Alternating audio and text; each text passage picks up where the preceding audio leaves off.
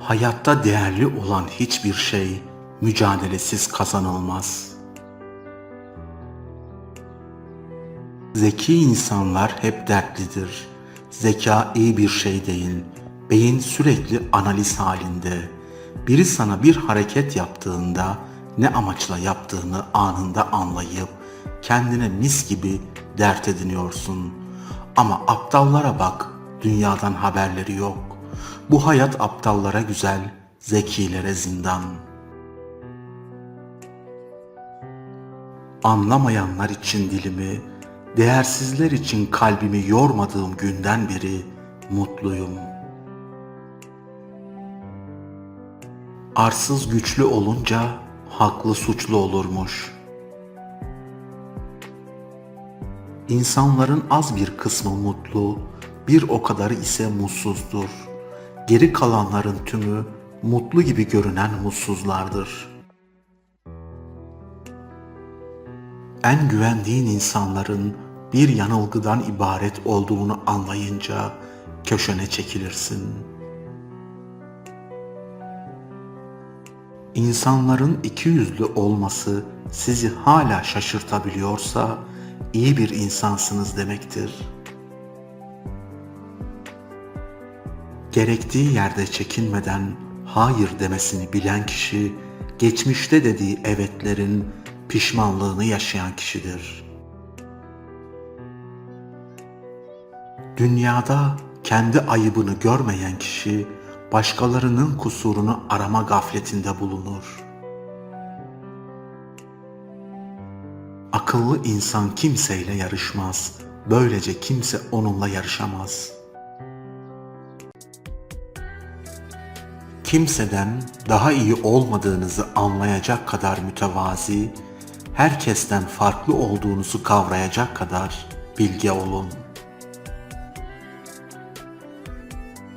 Bir insana dengesini kaybettirip sonra da normal davranmasını bekleyemezsiniz.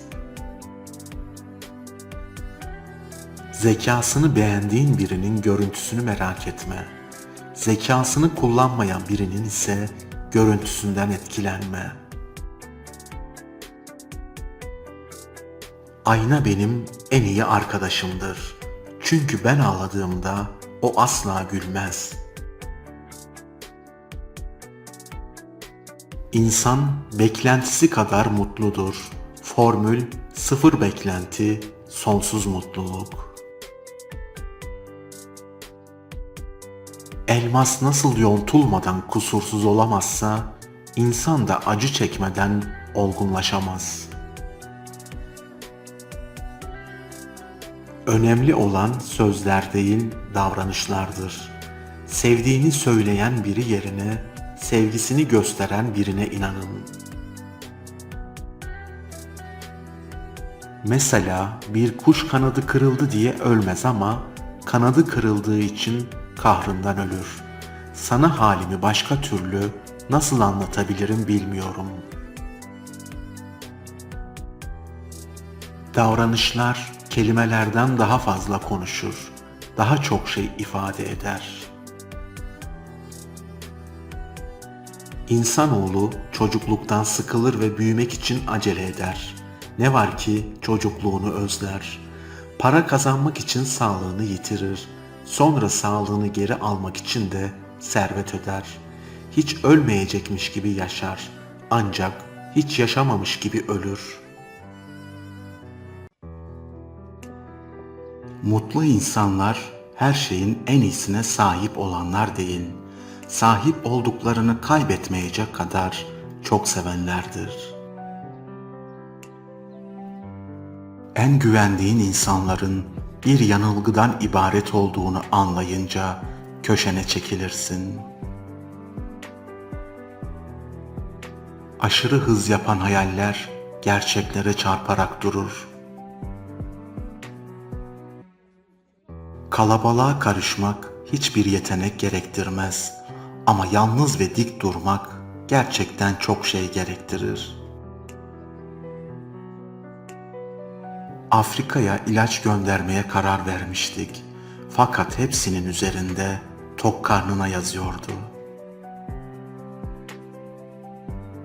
Öyle bir zaman gelecek ki toz kondurmadıkların kirden görünmemeye başlayacak. Eğer iki kişi arasında kalıyorsanız ikinciyi seçin. Çünkü birinciyi gerçekten sevseydiniz ikincisi olmazdı. Dünyanın sorunu akıllı insanlar şüphelerle doluyken aptalların özgüvenle dolu olması. Üzülme evlat, kaybettiğini sandıkların kurtulduklarındır belki. Zor günlerini yalnız atlatan kimsenin yokluğunu hissetmez. Her istediğini söyleyen istemediğini işitir. İnsanlar eğlenebildikleriyle arkadaş olurlar. Anlatabildikleriyle dost, ağlayabildikleriyle kardeş. Gönlü geniş insanları seviyorum. Vefakar insanları, kusur kapatanları, kendi gibi davrananları, başkası olmayanları seviyorum. Düşerken şu iki şeyi asla unutma. Kimin seni ittiğini ve kimin seni tutmadığını.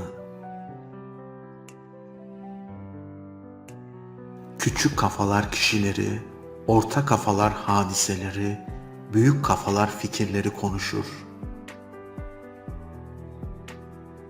Mutlu insanlar her şeyin en iyisine sahip olanlar değil, sahip olduklarını kaybetmeyecek kadar çok sevenlerdir. Seçmiş olduğunuz ve karar verdiğiniz şeylerin bedelini siz ödersiniz. Size akıl verenler değil. Yanlış bir şey mi yaptın? Öyleyse onu doğru bir şey yaparak dengele. Bana yalan söylemene üzülmedim. Bir daha sana asla güvenemeyeceğime üzüldüm. Evveli korku, sonu özür olan her bir günah kulu hakka ulaştırır. Evrende en büyük ziyan, sorgulama yeteneğini yitirmiş bir beyindir. Koyunlar ömrünü kurttan korkarak geçirir. Halbuki sonunda onu yiyen çobandır. Bazı insanları sebepsiz seversin, bazılarına 1000 sebep arar, yine sevemezsin. Yarın öleceğimizi bilsek, tüm kırgınlıkları unuturuz. Ama biz sonsuza kadar yaşayacakmış gibi kırıcı ve gururluyuz. Karşınızdaki insan sizi neyin üzeceğini bildiği halde onu yapmaya devam ediyorsa bunun adı hata değildir. Düpedüz sizi gözden çıkarmıştır. Hiç kimse için mükemmel olmak zorunda değilsin. Hayatındaki kişi seni olduğun gibi sevecek karakterde olmalı. Sevmek belki bir şeydir ama sevildiğini bilmek çok şeydir. Tecrübe, insanların hatalarına verdiği isimdir. Gıybetin girdiği yerden kardeşlik çıkar gider. Allah'ın varlığı bir hakikati ifade eden geometrik teorilerden daha hakikidir. Bak Matilda, insanlar için gözlerini feda etsen zaten kördü derler. Kimse elindekinin değerini bilmez sahip olduğu sürece. Ama bir gün onu kaybettiğinde tek bir söz kalır geriye. Keşke. İnsan her şeye alışır diyorlar ya, öyle değil aslında. Başka çaren olmadığı için katlanıyorsun ama alışmıyorsun. Beğendiğiniz bedenlere hayalinizdeki ruhu koyup aşk sanıyorsunuz. Yalnızlık bu dünyanın en eski asaletidir. İnsanların ne kadar kötü olduklarını görmek beni hiç şaşırtmıyor. Fakat bu yüzden hiç utanmadıklarını görünce çok şaşırıyorum. Kendinle mutluysan kimseyle derdin olmaz. Eğer gerçeği gerçekten bilmek istiyorsan, yaşamında bir kez olsun bütün şeyler hakkında şüphe et. İnsanların bu hayatta çektikleri gam ve sıkıntılar, kendi kötü eğilimlerinin sonucudur. Bir fincandaki kahve gibidir hayat. Bazen tatlı, bazen değildir. Önemli olan kahvenin tadı değil zaten, onu kiminle içtiğinizdir. Bir fincandaki kahve gibidir hayat. Bazen tatlı, bazen değildir. Önemli olan kahvenin tadı değil zaten, onu kiminle içtiğinizdir. Aslında düşünmeye bile gerek yok. Ben kendimi biliyorsam, kendini bilmezlerin hakkımda söylediklerinin ne önemi olabilir? Güçlü insan zor günleri tek başına atlatmış ve başkalarına ihtiyaç duymadan yaşamayı ustalık haline getirmiş olan insandır. Susmak, kabullenmek değil, cevaptır anlayabilene. Bil ki kısa cümleler kuruyorsa insan, uzun yorgunlukları vardır sadece. Unutamıyorsan umursama. Çünkü hayat değil, sen hayatı üzmelisin. İşte bu yüzden altını çizdiklerinin bazen üstünü çizmelisin. Yüzünüze bakıp utanmadan yalan söyleyecek kadar cesaretleri vardır da sizin onlardan daha zeki olabileceğiniz ihtimalini düşünebilecek beyinleri yoktur. Demiş ki kaybettiklerini görsün de ağlasın. Dedim ki kazandıklarımı görsen değerinin olmadığını anlarsın. Kadın hakları diye bir şey yoktur. Çünkü onlar hep haklıdır. Birisi konuşmasına başlarken durum sandığın gibi değil ifadesini kullanıyorsa durum tam da sandığınız gibidir. Aslında biz ne yaptıysak kendimiz yaptık. Çünkü ufacık bir ilgiyi aşk, iki kelime edeni kendimize dost sandık. Cahil insan bilmeyen değildir. Bilmek istemeyendir. Bilmediğiyle mutlu olandır. Boş bir kafa şeytanın çalışma odasıdır. İnsanoğlu çocukluktan sıkılır ve büyümek için acele eder. Ne var ki çocukluğunu özler. Para kazanmak için sağlığını yitirir. Sonra sağlığını geri almak için de servet öder. Hiç ölmeyecekmiş gibi yaşar. Ancak hiç yaşamamış gibi ölür. Düşünmek, ruhun kendi kendine konuşmasıdır. İnsanın elindeki güç, ya onu dünyanın en iyi insanı yapar ya da dünyanın en zalim insanı. Sular yükselince balıklar karıncaları yer. Sular çekilince de karıncalar balıkları yer. Kimse bugünkü üstünlüğüne ve gücüne güvenmemelidir. Çünkü kimin kimi yiyeceğine suyun akışı karar verir. Zeki adamlar söyleyecek bir şeyleri olduğu için konuşurlar. Aptallar konuşmaları gerektiği için.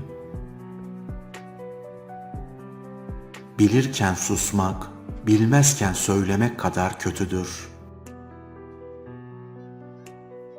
Kimseyi başkalarının anlattığı hikayelere göre yargılama. Gözlemle, dinle, sus, az yargıla, çok sor. Boş yere canı yanmaz insanın. Ya bir eksiklik vardır geleceğe dair ya da bir fazlalık vardır geçmişten gelen. Sevdiğin şeylere sahip değilsen, sahip olduğun şeyleri seveceksin. Ey insan, kadere az bahane bul. Buğday ektin de arpamı biçtin. Söylesem tesiri yok, sussam gönül razı değil. Söz söylemek irfan ister, anlamak insan. Mey biter saki kalır, her renk solar haki kalır. İlim insanın cahilliğini alsa da, hamurunda varsa eşeklik baki kalır. Allah'ım, ya çektiğim sıkıntılar için bana güç ver, ya gücüm yettiği kadar sıkıntı. Karıncayı bile incitmem deme, bileden incinir karınca. Söz söylemek irfan ister, anlamak insan. Fuzuli'ye sormuşlar, sevmek mi daha güzeldir, sevilmek mi? Sevmek demiş, çünkü sevildiğinden hiçbir zaman emin olamazsın. Şunu sakın unutma, hayatında karışıklık istemiyorsan kural basit. Eşyaları aldığın yere, insanları da hak ettiği yerde bırakacaksın. Sessiz olun. Bu dünyada ne zaman bir umut ışığı bulsanız, onu söndürmek isteyen birileri olur. Azim paha biçilmezdir. Çok zeki olduğumdan değil, sorunlarla uğraşmaktan vazgeçmediğimden başarıyorum. Giden geri dönüyorsa sevdiğinden değil, daha iyisini bulamadığındandır. Endişe etmek yarının sorunlarını ortadan kaldırmaz. Bugünün huzurunu alır götürür. Karşınızdaki kişiyi dinliyor musunuz? Yoksa konuşmak için sıra mı bekliyorsunuz? En büyük hatayı kalbimizi kıran insanları affetmek için bahane aramakla yapıyoruz. Eğer farklıysan yalnızlığa mahkum oluyorsun. Her kadın saçma sapan bir adam sevmeden olgunlaşmaz. Muhakkak en güzel duygularını en ruhsuz adamlar öldürür. Kadın erkeği daha az sevmeli, fakat daha çok anlamalı. Erkek kadını daha çok sevmeli, fakat anlamaya çalışmamalıdır. Bir insanı değerlendirmek için nelere sahip olmadığına değil, sahip olduklarıyla neler yaptığına bak. Zamanı sordum İbni Haldun'a, bekleyince yavaşlar dedi, gecikince hızlanır, üzülünce can yakar, mutlu olunca kısalır, Acı çekince bitmek bilmez, sıkılınca uzar. Her akıl, gücünün yetmediği ve idrak edemediği şeyleri inkar eder. Kimsenin iç alemine karışma, kimseyi iç alemine karıştırma, kimseye iç alemini açma, gizli tut, yanama tütme. Biri İbni Haldun'a sordu, çocuklarımızı nasıl terbiye edelim? İbni Haldun dedi ki, çocuklarınızı terbiye etmeye çalışmayın. Zira zaten size benzeyeceklerdir. Kendinizi terbiye edin yeter. Kıtlık zamanlarında insanları açlık değil, alışmış oldukları tokluk öldürür. Fazla tevazunun sonu, vasat insandan nasihat dinlemektir. İnsan beyni değirmen taşına benzer. İçine yeni bir şeyler atmazsanız kendi kendini öğütür durur. Merhamet masum olduğu için her kalbe uğramaz. İbn Haldun mukaddimede der ki, Araplar deveyi yediler, deveden kıskançlığı ve kini aldılar. Türkler atı yediler, attan sertliği ve kuvveti aldılar. Frenkler domuzu yediler, domuzdan pisliği ve deyyusluğu aldılar. Kimseden daha iyi olmadığınızı anlayacak kadar mütevazı, herkesten farklı olduğunuzu kavrayacak kadar bilge olun. İyiliğin şartı 5'tir. Tez olmalı, gizli olmalı, gözde büyütülmemeli, sürekli olmalı ve yerini bulmalı. Yakınlık uzaklıktan daha sıkıntılıdır. Her yakınlıkta kaybetme korkusu vardır. Uzaklıkta ise kavuşma ümidinden başka bir şey yoktur. Kimseyle alay etme, asla kimseyi gülünç duruma düşürme. Kalbinin en ücra köşesinde bile yapma bunu. İnsan yaşamı alaya alınmayacak kadar hüzünlü ve ciddidir. Akıllı insan düşündüğü her şeyi söylemez. Fakat söyleyeceği her şeyi düşünerek söyler. Paranla şeref kazanma. Şerefinle para kazan ki paran bittiğinde şerefin de bitmesin. Seni affedecek kadar olgunum ama tekrar güvenecek kadar aptal değilim. Gidenin ardından nokta koyun ki gelecek olanın ismi büyük harfle başlasın. Herhangi birinin senden nefret etmesinin asıl nedeni senin gibi olmak istediği halde asla senin gibi olamayacağını bilmesidir. Başkalarını kendi amaçlarını gerçekleştirmek için araç olarak görme. Evveli korku, sonu özür olan her bir günah kulu hakka ulaştırır. Dünya tamahını bırak, gamdan kurtulup rahata erersin. Dilini koru, özür dilemekten kurtulup istirahat edersin. Kanaatten nasibi olmayanı dünya zengin edemez. Akılsızlık alameti 4'tür. Ahmağa fikir danışmak, cahile para vermek, dostların öğütlerini dinlememek, dünyadan ibret almamak. Dünyada kendi ayıbını görmeyen kişi, başkalarının kusurunu arama gafletinde bulunur.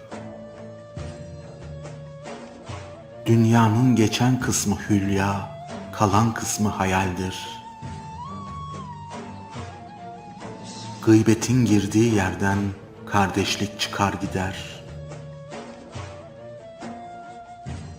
Dört şeyi küçümsemeyin: düşmanı, ateşi, hastalığı, az bile olsa ilmi. Dört şeyi dört şeyden temizle: dilini gıybetten, kalbini kıskançlıktan, mideni haram lokmadan, davranışlarını riyadan. İnsanların bu hayatta çektikleri gam ve sıkıntılar kendi kötü eğilimlerinin sonucudur. Tabağına yiyebileceğin kadar yemek, hayatına sevebileceğin kadar insan al. İsrafın lüzumu yok. Hayatınız kötü bir yola girmişse unutmayın, direksiyondaki sizsiniz. Hayat öyle bir noktaya getirir ki insanı, eskiden hiç bitmesin dediğin günlere keşke hiç yaşamasaydım dersin. Bir gün ölmek için her gün yaşıyoruz. Bir kadın sana ağlayarak git diyorsa yapman gereken tek şey kalmaktır. İyilikte, kötülükte, mutlulukta, mutsuzlukta bulaşıcı. Bu yüzden etrafınızdaki insanlara dikkat edin. Sana ihtiyacım var dediğiniz kişi niçin diyorsa gelmez. Ne zaman diyorsa gönülsüz gelir. Neredesin diyorsa mutlaka gelir. Hayatınızın kalitesini hayatınızdaki insanların kalitesi belirler. Bazı insanlar söyleyeceği çok şey varken de susar. Çünkü anlayanı yoktur bilir. Kimse bana iki yüzlü değilim demesin. Hangimiz yüzümüz gülerken kalbimizin ağladığını belli ettik ki? Kazananlar, kaybedenlerin yapmak istemediği şeyleri yapanlardır. Alemdeki tertip, nizam ve neticelerin nedenler üzerine kurulmuş olması esası, varlıkların ilim ve hikmete dayanan birer eser olarak meydana geldiğine delil teşkil eder. Karakter sahibi olmak, kimse görmediği zamanda doğru olanı yapmaktır. Her insan kendine yakışanı yapar. Çünkü kalite asla tesadüf değildir. Kendine ait küçük bir ev ve karakterli bir eş, dünyanın tüm altın ve incilerine bedeldir. En kusursuz cinayet, yaşama sevincini öldürmektir. Ancak kendinden bir şeyler verebilen kişi zengindir. Akılsızlık alameti dörttür: ahmağa fikir danışmak, cahile para vermek, dostların öğütlerini dinlememek, dünyadan ibret almamak. Her zaman ara, bir gün altın ararken bakır bulursun, yarın bakır ararken altın bulursun. İbn Haldun'a zamanı sormuşlar. Bekleyince yavaşlar, gecikince hızlanır, üzülünce can yakar, mutlu olunca kısalır, acı çekince bitmek bilmez, sıkılınca uzar demiş.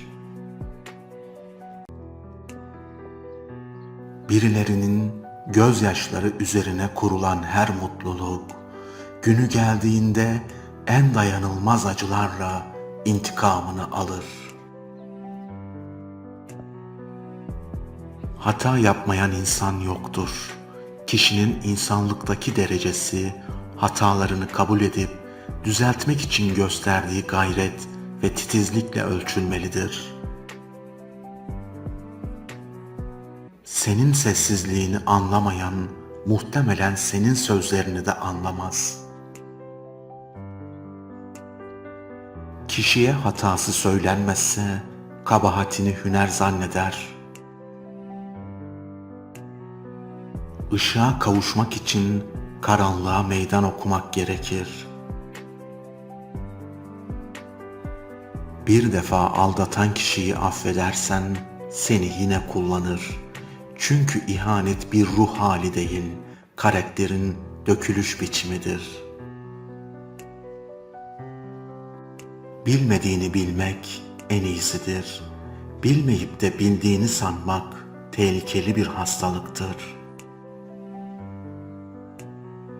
En büyük pişmanlık, kıymet bilmeyen birisi için göze aldığınız fedakarlıktır. Size sıradan biriymişsiniz gibi davranan hiç kimseyi sevmeyin. Birinin beni çok sevmesi benim için pek bir şey ifade etmiyor. Ben daha çok nasıl sevdiğiyle ilgileniyorum. Mühim olan yormadan sevmek, güzel sevmek. İnsanın kendiyle yüzleşmeye yüzü yoksa, başkalarının hatalarıyla oynar durur. Bir insanın sizi ne kadar sevdiği, gösterdiği ilgiden, girdiği riskten ve verdiği mücadeleden belli olur. Tecrübe, insanların hatalarına verdiği isimdir. İnsanların az bir kısmı mutlu, bir o kadarı ise mutsuzdur. Geri kalanların tümü mutlu gibi görünen mutsuzlardır.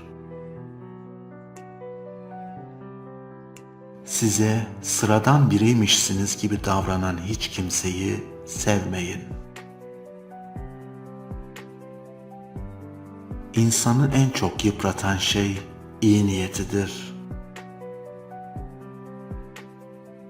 Kaybettim sandıkların, kurtulduklarındır belki. Unutma, kimi gittiği yeri mutlu eder, kimi terk ettiği yeri. Sözleri tutmanın en iyi yolu hiç söz vermemektir. Kadın erkeği daha az sevmeli fakat daha çok anlamalı. Erkek kadını daha çok sevmeli fakat anlamaya çalışmamalıdır. Düşünebilen her canlının insan olması, insan olan herkesin düşünebildiği anlamına gelmiyor ne yazık ki. Nankör insan, her şeyin fiyatını bilen fakat hiçbir şeyin değerini bilmeyen kimsedir. Düşmanlarını her zaman affet. Başka hiçbir şey onları daha fazla rahatsız edemez. Gerçek dostlar güneş doğduğunda ortaya çıkmazlar. Gerçek dostlar yıldızlar gibidir. Karanlık çökünce ortaya çıkarlar. Gariptir kadınlar. Kendilerini güldüren erkekleri sadece severler. Onları ağlatanlara ise aşık olurlar.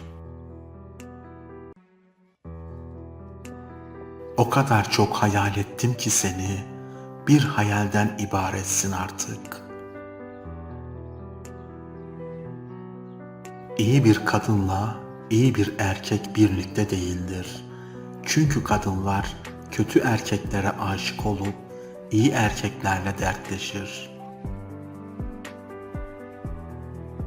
14 yaşındayken karnımı doyurmak için bir parça ekmek çaldığım için beni zindana attılar ve 6 ay boyunca bedava ekmek verdiler.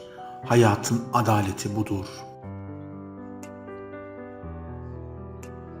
Sadece bedenleri, şekilleri, görüntüleri sevenlere ne yazık. Ölüm her şeyi yok edecek. Ruhları sevmeyi deneyin. Bazen alabileceğin en büyük intikam affetmektir. Ve bazen karşıdakine verilebilecek en güzel cevap gülüp geçmektir.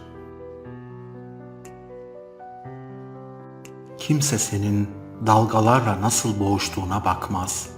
Gemiyi limana getirip getirmediğine bakar. İyi olmak kolaydır. Zor olan adil olmaktır. En mükemmel adalet ise vicdandır. Herhangi birinin senden nefret etmesinin asıl nedeni senin gibi olmak istediği halde asla senin gibi olamayacağını bilmesidir.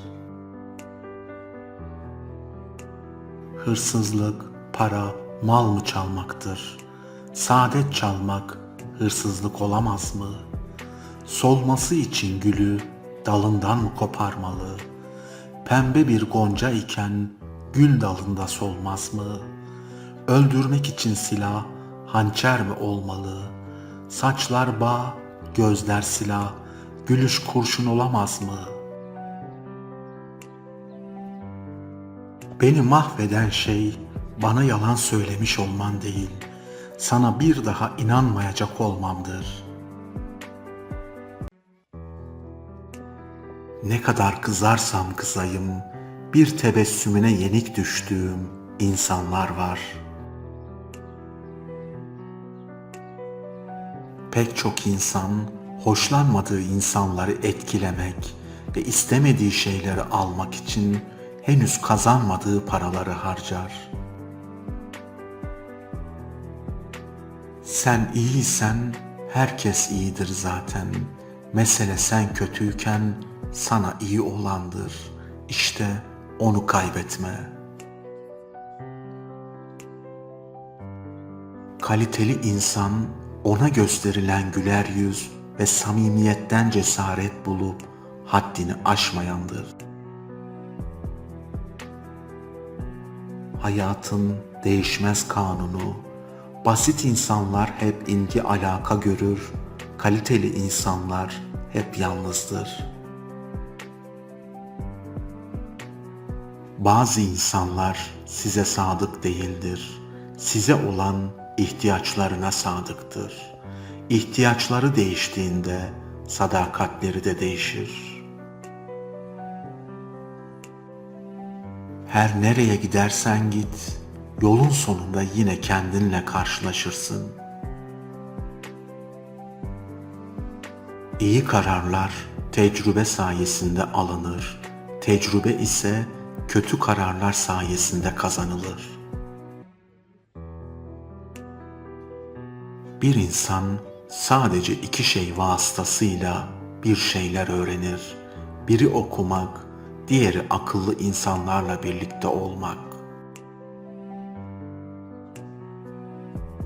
Doğru yolda olsanız bile hareket etmediğiniz sürece başkaları tarafından geçilmeye mahkumsunuz. Gidenin arkasından bakma, yoksa geleni göremezsin. Kimsenin umudunu kırma, belki de tek sahip olduğu şey odur. Aşkta sadece davranışlar önem taşır, kelimelerin hiçbir kıymeti yoktur. Kadın hiç gitmeyecekmiş gibi sever ama yeri gelir hiç sevmemiş gibi gider. Dünyanın neresinde olursan ol, bulunduğun yerde değil, düşündüğüm yerdesin. İnsanlar ne kadar zeki olursa olsun, sevdiği kişinin bir sözüne kanacak kadar aptaldır. Sanırım hayal kurarken malzemeden çalıyoruz. Çünkü sürekli yıkılıyor. Hayatınızda denge sorunu varsa etrafınıza dikkatlice bakın. Muhtemelen birini yanlış bir yere koymuşsunuzdur. Mutlu olmayı yarına bırakmak, karşıya geçmek için nehrin durmasını beklemeye benzer ve bilirsin o nehir asla durmaz. Gidenin arkasından nokta koyun ki gelecek olanın ismi büyük harfle başlasın. Başlamak için mükemmel olman gerekmiyor ama mükemmel olmak için başlamalısın. Sevdiklerinize zaman ayırın, yoksa zaman sizi sevdiklerinizden ayırır. Biz hayır demeyi, işim var demeyi, olmaz demeyi beceremeyen insanlarız. Yorgunluğumuz bitmez bizim. İnsan hatasını kabul edebildiği ölçüde büyük, hatasından ders çıkarabildiği ölçüde akıllı, hatasını düzeltebildiği ölçüde güçlüdür. Yanlış adım atmaktan korkma, unutma, her başarı bir başarısızlıktan sonra gelir. İnsana özgü bir yeteneksizliktir yaşayamamak. Yoksa hangi balık boğmuş kendini, hangi serçe atlamış damdan? Birini mükemmel olduğu için sevmezsin. O, sen sevdiğin için mükemmeldir. Gerektiği yerde çekinmeden hayır demesini bilen kişi, geçmişte dediği evetlerin pişmanlığını yaşayan kişidir. Sakinliğimi çalanlar beni deli olmakla suçluyor. Kuşkusuz ki en büyük ön yargı etrafımızdaki herkesi insan sanmamızdır. Tırtılın dünyanın sonu dediğine usta kelebek der. Kalbim insanların iyi olduğunu söyler. Deneyimlerim ise tam tersini. Hedeflerinizi paylaştığınız insanlar, hedeflerinize ulaşmanız ya da ulaşmamanız konusunda çok önemli rol oynarlar. Varlığınızın değeri bilinmiyorsa, yokluğunuzun yaşanması gerekir. Her şeyin üstüne geldiği falan yok. Sadece senin çok üstüne düştüğün şeyler var. Güzel insan aramak ile insandaki güzelliği aramak arasında derin bir fark vardır.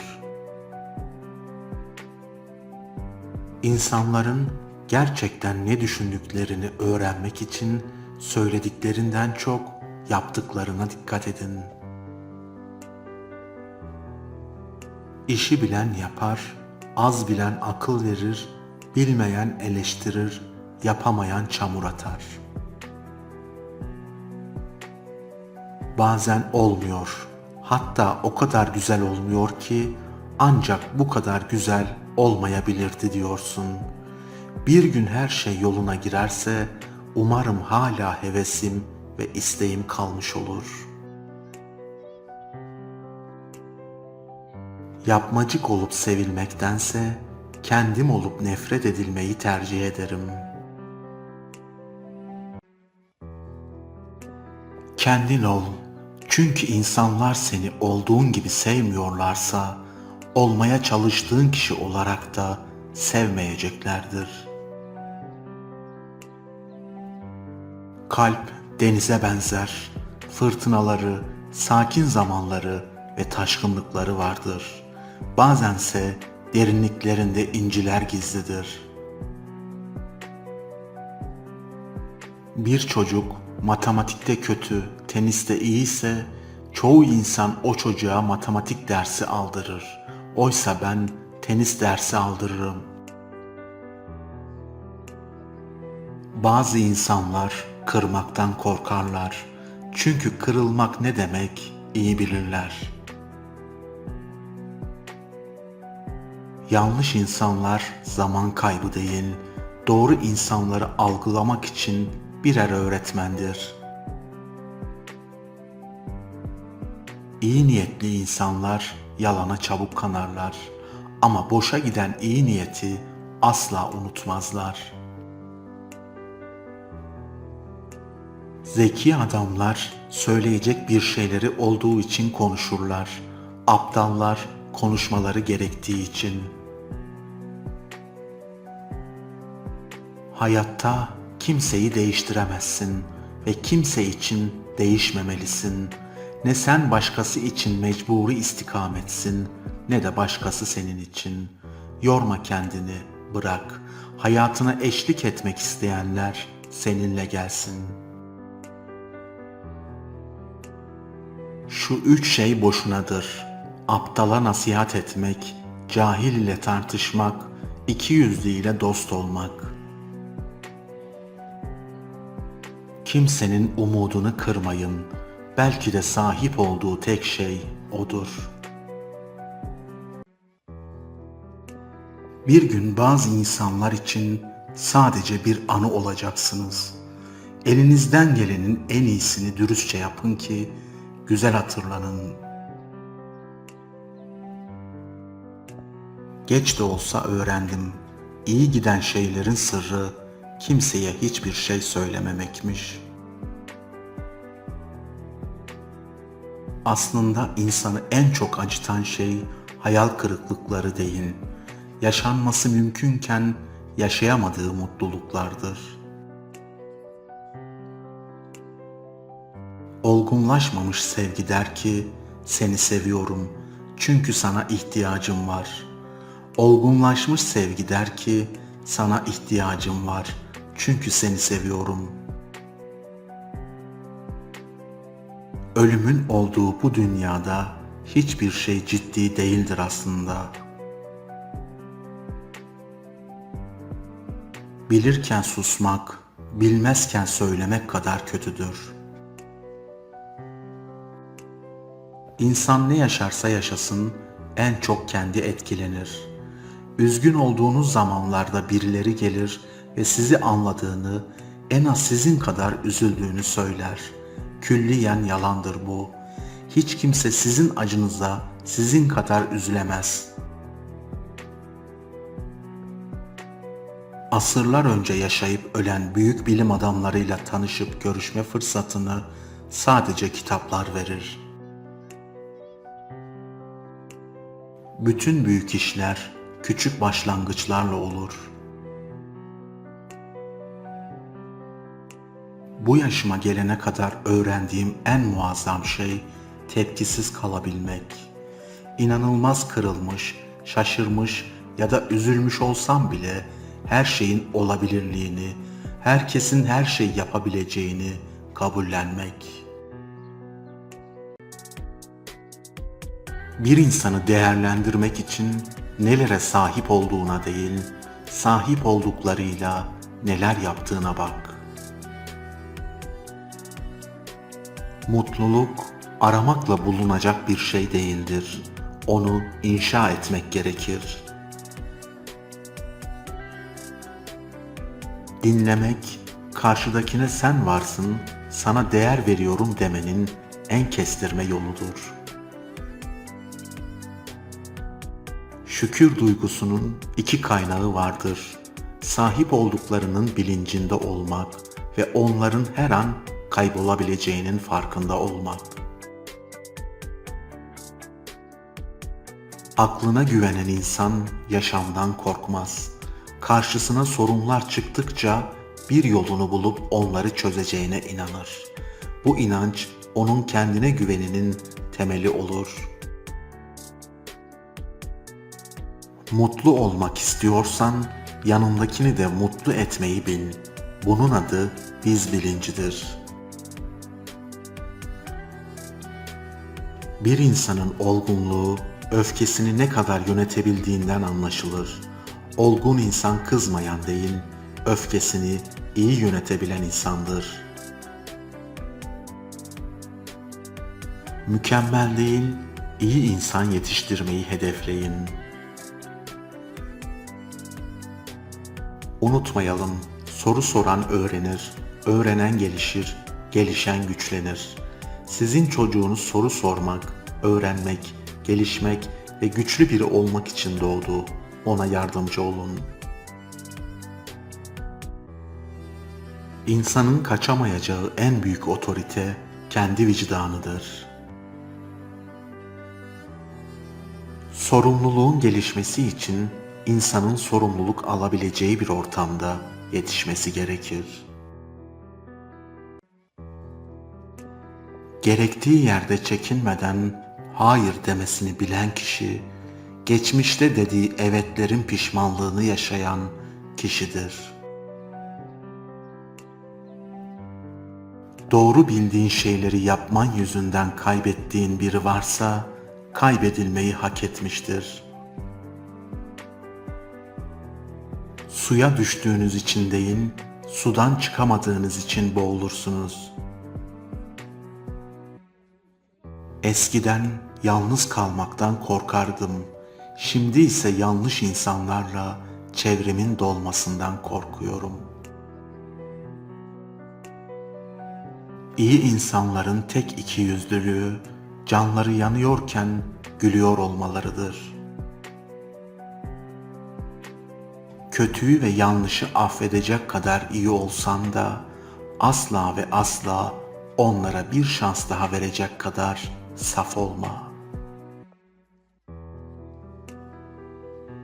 Verilen hiçbir nasihat, yenilen bir kazık kadar öğüt verici değildir. Kazanmak için etrafındakileri harcayanın elde edeceği şey galibiyet değil, yalnızlıktır. Akıllı insanlar kendilerine yapılan birçok şeyi affedebilir ama affettikleri şeyleri hiçbir zaman unutmaz. Yapmacık olup sevilmektense kendim olup nefret edilmeyi tercih ederim. Başarısızlıkta başını dik, başarıda başını aşağıda tut.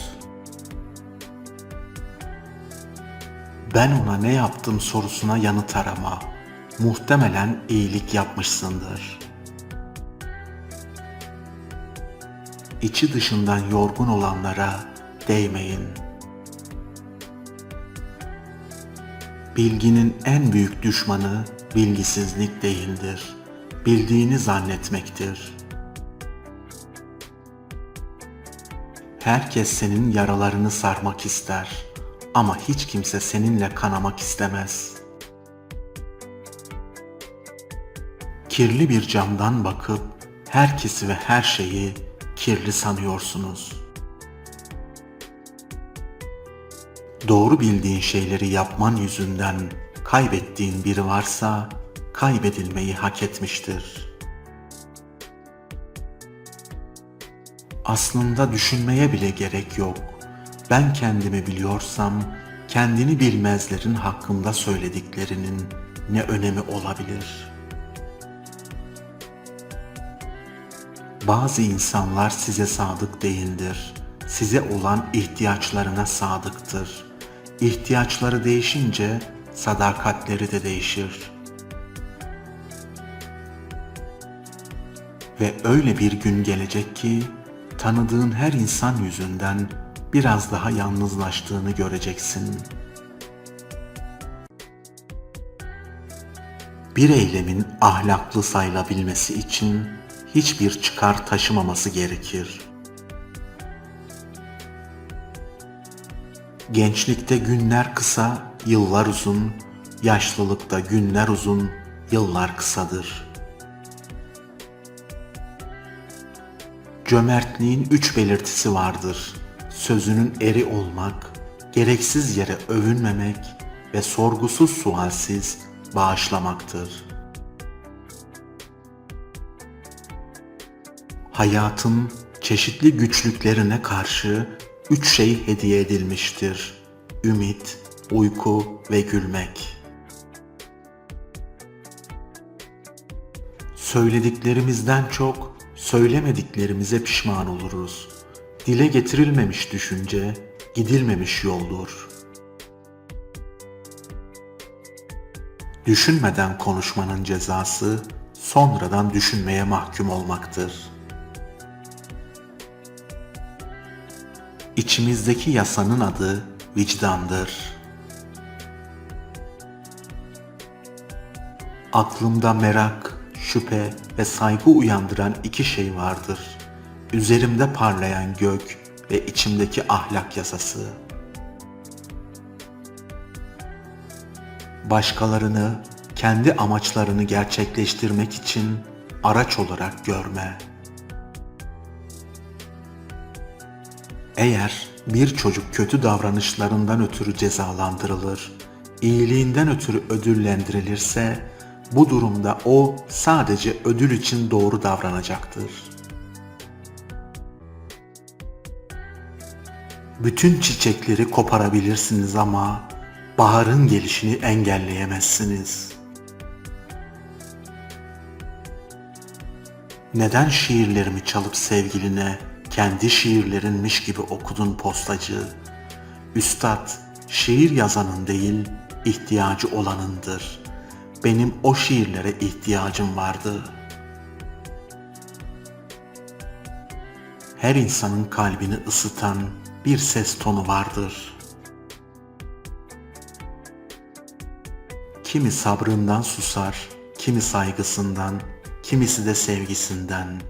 O insanların sabrı zorlanmamalı. Geleceğe yer açmak için bazen geçmişin gitmesine izin vermek gerekir. Kalbi kırdıktan sonra gelen özür, doyduktan sonra sofraya gelen tuz gibidir. İhtiyaç kalmaz. Yolun karanlığı olmaz iyi bir arkadaşla yürüyene. İnsan ulaşamadığı her şeyin delisi, ulaştığı her şeyin nankörüdür. Asla aşk acısı çeken birine aşık olmayın. O kişi yaralıdır ve yara bandı olarak sizi kullanır. İyi insanlar kırıldıkça içine kapanır. Dışarıdan bakanlar ukala zanneder. Konuştuğun zaman sadece bildiklerini tekrar edersin. Ama dinlersen yeni şeyler öğrenebilirsin. Ağzınızdan çıkanlara daima dikkat edin. Çünkü bir sözü unutmak, bir yüzü unutmaktan çok daha uzun zaman alır. Dil sürçmesi yoktur. Bilinç dışında saklanılan bir gerçeğin bilinçsiz bir anda ağızdan kaçırılması vardır.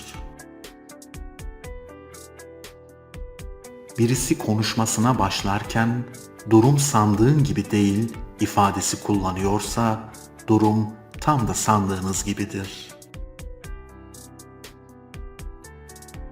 Suya düştüğünüz için değil, sudan çıkamadığınız için boğulursunuz.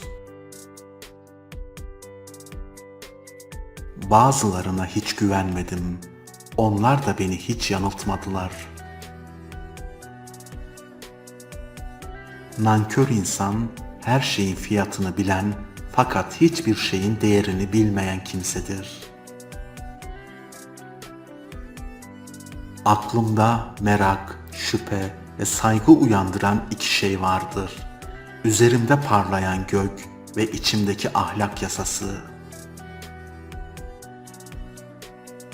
Bir gün ölmek için her gün yaşıyoruz.